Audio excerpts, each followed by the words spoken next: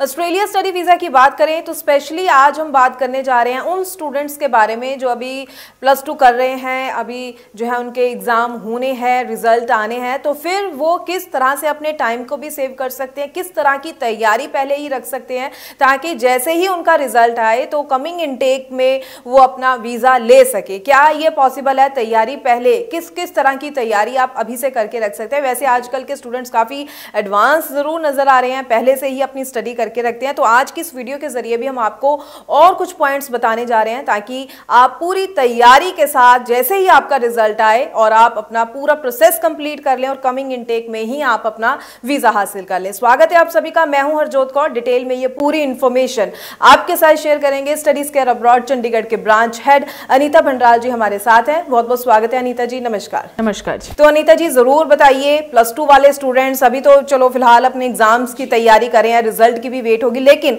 उनके मन में कहीं ना कहीं ये भी पॉइंट होता है कि कैसे हम पहले से ही अपनी कुछ तैयारी करके रखें। तो आप जरूर गाइड कीजिए कौन कौन से स्टेप पहले ही पूरे किए जा सकते हैं ताकि बाद में इजी हो जाए सब कुछ। जी मैम, अगर ऑस्ट्रेलिया की हम बात करते हैं तो ऑस्ट्रेलिया हमेशा प्रेफरेंस उन स्टूडेंट्स को देता है जो कि फ्रेश पास आउट स्टूडेंट होंगे।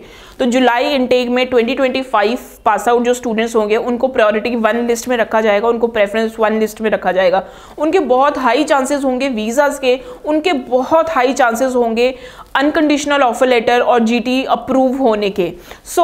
देखिए, जब भी स्टूडेंट ऑस्ट्रेलिया के लिए अप्लाई करता है वहाँ पे 2 असेसमेंट होती हैं। एक होती है एकेडमिक असेसमेंट जो कि टोटली डिपेंड करती है स्टूडेंट की एकेडमिक पे, यानी कि स्टूडेंट के कितने मार्क्स आए 12th में, स्टूडेंट ने आइल्स में क्या स्कोर किया है, जिसके बेसिस पे स्टूडेंट यूनिवर्सिटी चूज कर सकता है और कोर्स चूज कर सकता है। और उसके बाद जो दूसरी असेसमेंट होती है वो होती है फाइनेंशियल असेसमेंट, जिसको कि हम कहते हैं कई बार कि ये तो पेरेंट्स की असेसमेंट है, जिसमें यूनिवर्सिटी ये देखती है कि स्टूडेंट के पेरेंट्स के पास कितना पैसा है, कितने फंड्स हैं, कितनी इनकम है। बिकॉज फंड्स और इनकम के बेसिस पे ही आपकी जो है वो अनकंडीशनल ऑफर लेटर आनी है।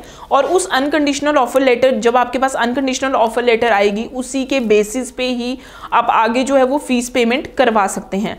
जो स्टूडेंट इस टाइम पे 12th में हैं वो सबसे पहले फोकस करें कि आपके पास जो भी सब्जेक्ट्स हों, चाहे आप नॉन मेडिकल से हो, चाहे आप कॉमर्स से हो, चाहे आप मेडिकल से हो, चाहे आप भले ही आप आर्ट्स से हो, तो कोशिश करें कि आपके जो 4 एकेडमिक सब्जेक्ट्स होते हैं, जैसे कि कॉमर्स के जो 4 एकेडमिक सब्जेक्ट होंगे वो आपके होंगे अकाउंटिंग, स्टैटिस्टिक्स और इकोनॉमिक्स एंड इंग्लिश। ये 4 एकेडमिक सब्जेक्ट्स का कैलकुलेशन जो होनी चाहिए वो एटलीस्ट 65% होनी चाहिए। उसी तरह से medical, physics, chemistry, biology plus English, तो आपकी जो कैलकुलेशन है वो एटलीस्ट 65% होनी चाहिए। ये मैं क्यों कह रही हूँ? So that you can directly apply in the university. Because अगर आप यूनिवर्सिटी में अप्लाई करते हो तो आपके जो वीज़ा चांसेस है कंपैरेटिवली बहुत ज़्यादा अच्छे हो जाते हैं।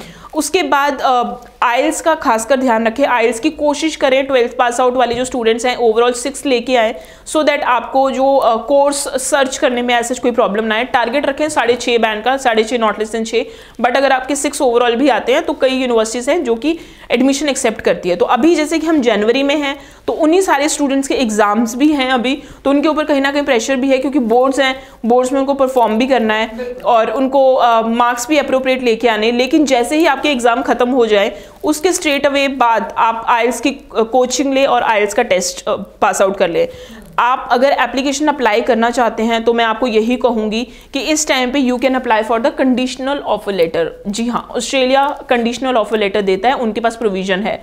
सो कंडीशनल ऑफर लेटर के लिए आपको कुछ नहीं चाहिए, आपको 10th की मार्कशीट, आपको पासपोर्ट के बेसिस पे we can apply your conditional offer letter, so that आपकी जो सीट है वो रिजर्व हो जाए।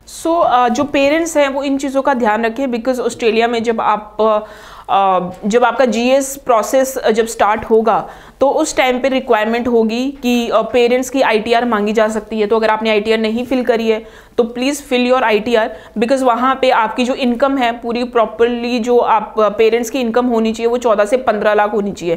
तो अगर आपकी इतनी इनकम नहीं बन रही है तो आप मदर की, फादर की और एक और स्पॉन्सर ऐड कर सकते हैं, जैसे कि दादाजी, दादी, नाना, नानी, मामा, मतलब वो 30% उनकी ऐड हो सकती है। तो 3 स्पॉन्सर आप बिल्कुल ऐड कर सकते हैं। इन तीनों की इकट्ठी मिला के भी अगर आपकी 14 से 15 लाख के करीब इनकम हो रही है then we are good to go, कोई प्रॉब्लम नहीं है। 14 से 15 लाख ये बिल्कुल ध्यान रखें। उसके बाद जो फंड्स हैं वो फंड्स हर यूनिवर्सिटी में ट्यूशन फीस के बेसिस पे रहता है कि कितनी फीस किस यूनिवर्सिटी की है, लेकिन फिर भी मैं आपको मोटा मोटा बता देती हूँ कि 34 से 35 लाख के जो फंड्स हैं वो बिल्कुल यूनिवर्सिटीज़ मांगती हैं। अब यूनिवर्सिटीज़ क्या करती हैं कि बहुत सारी यूनिवर्सिटीज़ ऐसी हैं कि they will ask the 3 months old funding, 3 महीने पुरानी फंडिंग मांगेगी कि इतना जो पैसा है वो 3 महीने पुराना हमें दिखाओ। तो जो 3 महीने पुराना पैसा आप दिखा रहे हो उसका सोर्स भी वो मांगेगी कि ये पैसा कहाँ से आया, क्या आपने ज़मीन सेल करी या फिर आपने अगर कोई एग्रीकल्चरिस्ट है आपका कोई ठेका गया है या फिर इस तरह से वो आपसे पूछेंगे कि क्यों आया है। लेकिन अगर आपके पास पैसा आपके अकाउंट में और वो 6 महीने पुराना हो जाता है, फिर बहुत सारी यूनिवर्सिटीज़ आपका जो सोर्स ऑफ फंडिंग है वो अवॉइड कर सकती हैं।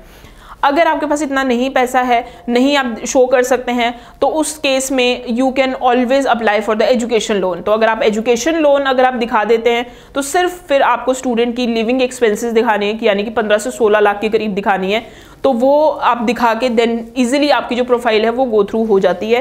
बिकॉज ये डॉक्यूमेंटेशन अरेंज करते करते कई बार स्टूडेंट्स को बहुत महीनों भी लग जाते हैं, तो इसीलिए हम लोगों ने ये एडवांस में ये वीडियो बनाई है। वो सारे स्टूडेंट जो कि 12th पास आउट है उनको किन चीज़ों का ध्यान रखना चाहिए सो दैट वो जुलाई 2025 इनटेक में जाएं। और एक चीज़ और है, जुलाई 25 इनटेक का ये मतलब नहीं है कि आपकी जो क्लासेस हैं वो 1 जुलाई से स्टार्ट होंगी। मोस्ट प्रॉब्ली जुलाई इनटेक में जितनी भी क्लासेस हैं वो 22 जुलाई से या अगस्त के फर्स्ट वीक से स्टार्ट होती है। तो डू नॉट वरी, आपका जो मार्कशीट है वो मई में मोस्ट प्रॉब्ली 10th मई तक आ जाता है। सो उसके बाद भी आपके पास टाइम होता है कि you can proceed with the with the things. So आप इस तरह से चलें। पेरेंट्स को फंड्स और इनकम का बिल्कुल ध्यान रखना है और स्टूडेंट्स को अपनी परसेंटेज और आइल्स का ध्यान रखना है so that we can give you the best course. जी जी जी बिल्कुल। तो बहुत ही बढ़िया ढंग से बताया है अनीता जी ने। और स्टूडेंट्स जो भी 12th स्टूडेंट्स हैं और काफ़ी वो ध्यान रखना चाहते हैं कि पहले ही अभी साथ हम जो है अपनी थोड़ी तैयारी शुरू कर दें, तो इन सारी बातों का जो भी पॉइंट्स बताए गए हैं आज की वीडियो में, ज़रूर इन बातों का अगर आप ध्यान रखेंगे तो जैसे ही आपके एग्ज़ाम होंगे, जैसे ही आपका रिजल्ट आ जाएगा और साथ के साथ आपका जो है आप वीज़ा के नज़दीक भी पहुँच जाएंगे, तैयारी आपकी होगी ही और उसी के साथ साथ जो है आप अपने सही कोर्सेज़ की सिलेक्शन पहले से ही करके रखते हैं, तो बाद में कोई कन्फ्यूज़न जैसी स्थिति नहीं रहती है और डॉक्यूमेंट्स आपके पहले रेडी हो तो आपका टाइम भी वेस्ट नहीं होगा। तो कोई और सवाल हो स्टूडेंट्स के मन में तो ज़रूर जो नंबर डिस्प्ले है इस पर कॉल कर लीजिए या फिर स्टडीज़ केयर अब्रॉड के चंडीगढ़ ऑफिस भी आप विजिट कर सकते हैं ताकि आपके डॉक्यूमेंट्स की जो है असेसमेंट की जा सके, आपकी चॉइसेस को जाना जा सके, आपकी प्रोफाइल के अकॉर्डिंगली आपको बताया जा सके, आपके इंटरेस्ट के अकॉर्डिंगली आपको बताया जा सके कौन कौन से कोर्सेज के साथ कौन कौन सी यूनिवर्सिटीज़ में आप अप्लाई कर सकते हैं। अभी से बहुत बहुत थैंक्स अनीता जी ये पूरी इन्फॉर्मेशन स्टूडेंट्स के साथ शेयर करने के लिए। आगे भी हम स्टूडेंट्स के लिए इसी तरह से और इन्फॉर्मेटिव वीडियोस लेकर आते रहेंगे। फिलहाल के लिए हमें दीजिए इजाजत। Thank you so much. Thank you.